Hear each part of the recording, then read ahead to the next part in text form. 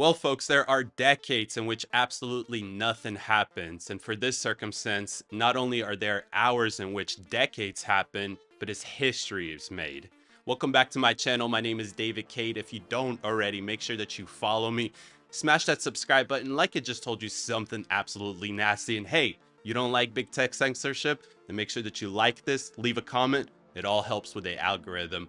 But folks, let's talk about this one country that seems to be non-stop in the news in the last few weeks, and that is Syria. What the heck is going on in Syria? And I don't really blame you for not knowing, because it seems like every country in the world is just taking whatever they can and throwing it at Syria. There are too many external powers in there to not talk about what is going on in Syria. I want to first start off by explaining to you guys what is actually happening on the ground in terms of what forces are fighting there. We first have to start with the Syrian government forces. Now, they make up majority of the country, or at least they did before what happened in the last few days. They were kind of centralized between the center and western Syria. That's the first type of force on the ground. The second one is the Kurdish-Led Syrian Democratic Forces. Now, they're centered, and they still are, majority of it in northeastern region. And then we have this interesting group called Hayat Tahrir al-Sham. I'll be just referring to them as HTS. They were concentrated mainly in the northwestern region until November 30th, and we'll get into the details of that in a second.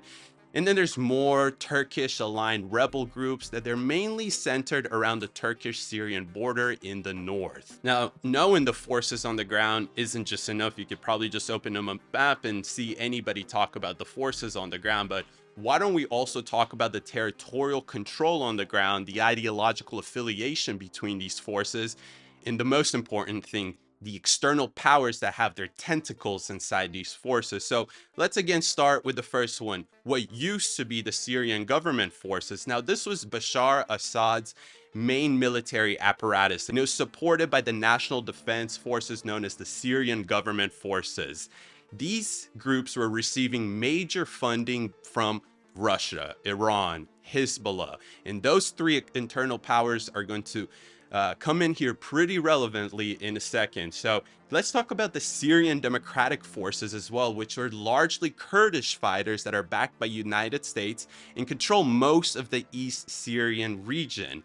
Now, this part of Syria is rich in oil reserves, which makes sense why the United States has a huge interest in it. But that's not the only thing that the United States has an interest in this Kurdish-led Democratic Forces. They also have a great interest in combating extremists in the area like ISIS. That's right, Kurds fight nonstop with ISIS. And you'll see here in a second that it seems like all the forces in the region are fighting against ISIS. And then you have this HTS and other rebel fractions that are concentrated, or at least were concentrated, in the northwestern region of Syria. Now, the primary rebel group that dominates the region is al-Assad Front, and it used to be mixed in together with al-Qaeda until they fell apart in 2016. Just shows you how complex this region really is, with all of these various powers being entangled together. Now, this region was very divided by all these various rebels. You got to understand, rebel groups all have different meanings for each other, and they start to clash with each other. That's when stuff starts to get messy. But you do have to understand that for the HTS group specifically, this al-Nusra Front is the main dominant force in the group. And then you have on the northern part, just to make things a little bit more messy, is Turkish-led rebel groups. Now, this is predominantly made out of the Syrian National Guard. And they hold ground essentially on the northern part of Syria, creating this buffer zone between Turkey and Syria. Turkey uses this buffer zone essentially to pose influence over the region, specifically to fight their counterparts, which are the Kurds. And it wouldn't be Syria if there weren't just patches of ISIS all throughout the area, specifically within the Syrian government forces, what used to be the stronghold for the Assad regime. And it just shows you how organized ISIS is. We thought that we eradicated them and that they don't have any influence in the region, but they certainly do. And then let's talk about the southern region, because this is very interesting. Israel borders Syria. Now, for Israel to make sure that terrorists aren't just spilling into their country from that region, they created a buffer zone. They've actually had control of this buffer zone since 1967 war. And as of just a few hours ago, Israel has already moved its assets within this buffer zone to ensure that terrorists don't spill over into its country. Now, who the hell is fighting who? There's so many different groups in here, but the one main thing that I want you guys to remember is that all of these groups actually fight ISIS. Now, one thing that you have to keep in mind the entire time is that Iran, Russia, and Hezbollah were the biggest supporters of Assad's regime. And then you also have, of course, the United States putting full back support behind the Kurds. You have Saudi Arabia, Qatar, and Turkey all supporting all these various rebel groups. And then there's ISIS, which again, seems like everybody is fighting ISIS. While the Turks, right, all of the rebel groups that are supported by the Turks are fighting against the Kurds. So it's again a very messy situation with all of these powers essentially fighting each other via proxy. Now, what happened? What all of a sudden happened? Before we actually talk about what happened within the last few weeks in Syria, you have to understand that this is all a byproduct of Israel and, funny enough, Ukraine. Why? Well, first of all, Russia has been entangled for a few years now in what it seems to be a never-ending conflict in Ukraine, where they non-stop supply and lose their military assets, whether it's actual assets or it's manpower. Now, let's look at also what happened in Iran. Iran was able to move all of its equipment to Hezbollah using this path from Iran through Iraq, through Syria, which it controlled, into Lebanon, into Hezbollah's stronghold. Well, Israel completely eradicated Hezbollah's stronghold. It removed all its military abilities and capabilities, assets around the southern Lebanon region and in general throughout Lebanon, which had a deep impact on the region there, right? They weren't able to fully support Assad when all of this started to happen. And then you include Russia not being able to militarily equip the area, led to essentially what we're about to discuss. So HTS, remember this opposition rebel group comprised of various Islamic fundamentalists, essentially rebels? Well, they launched a sudden and large-scale offensive operation on nearby cities like Idlib. And then they turned their ways onto Aleppo, which they overcame this resistance with such ease that it motivated the entire group to turn their forces south and make their way to the capital, Damascus, the stronghold for Assad's regime. And what essentially you saw in the last few days is this group make its way into Damascus, scare the crap out of Assad's regime. Assad was not getting any support from Iran. Again, Iran is not as powerful anymore, right? It doesn't have its proxy Hezbollah to be able to support this.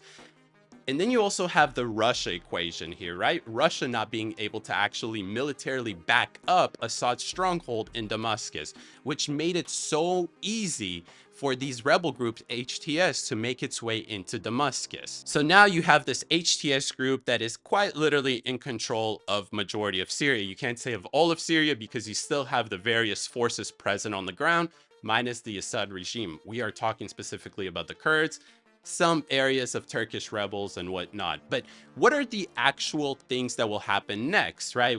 We can't sit here and guarantee that anything that I say will happen next, but what do we know is happening? Well, first of all, majority of Syrians are celebrating their new freedoms because they've been oppressed for decades now under the Assad regime. But you have to understand what comes next, because what's on the other side of Assad isn't some free, democratic, not religiously crazy regime. You actually have bad guys and bad guys. But what can happen from here is two different things, two ways, I would say. We can descend to a social and political violence and turmoil across all of Syria, which is something that's kind of happened if we look at, for example, what happened with the Taliban. But you can also begin a process of healing. And this, again, depends on who's ruling and the very own legitimacy of the ruler. The rebels have been assuring a very smooth, calm transition from Assad's regime. All norms essentially will be much better.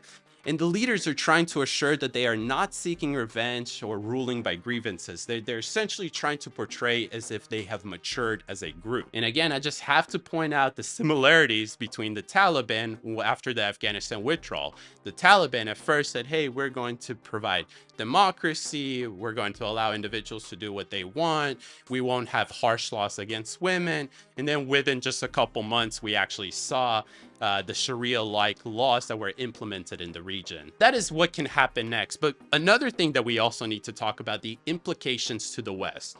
Specifically, let's start with Israel. Now, the collapse of Bashar al-Assad's regime in Syria has significant implications, not just for Israel's security, but overall regional strategy. Israel's military deployment into the Golan Heights is historic, something that we haven't seen since 1967, and it's the right move. Because of uncertainty of what will happen in Syria in the next near future, it's important to secure Israel's border to ensure that refugees and specifically terrorists aren't pouring into its country. So they moved into the Golan Heights, what they would call the buffer zone, to ensure that they can secure this area. They've also took the preemptive measures to ensure that any chemical weapons don't get into the hands of whoever is going to be governing in Syria now. If you go all the way back to the beginning of the crisis in Syria, which goes back to the 2011 Syrian civil war, you will probably remember that Assad used chemical weapons against its own people.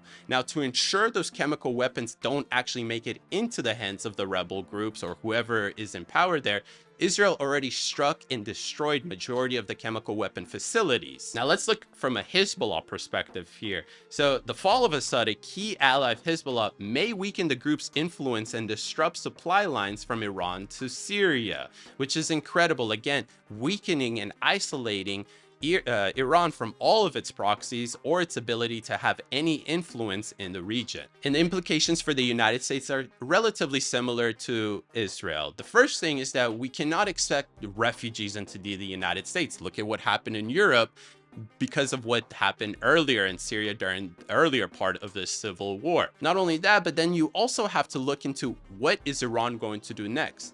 With its proxies being absolutely destroyed, whether it's Hezbollah, Hamas, but specifically now in Syria with no stronghold through a regime like Assad's, they are very feeling isolated and not sure to really what to do next. And that is why you should subscribe to my channel immediately so you can keep up with what's happening in the region in my next video.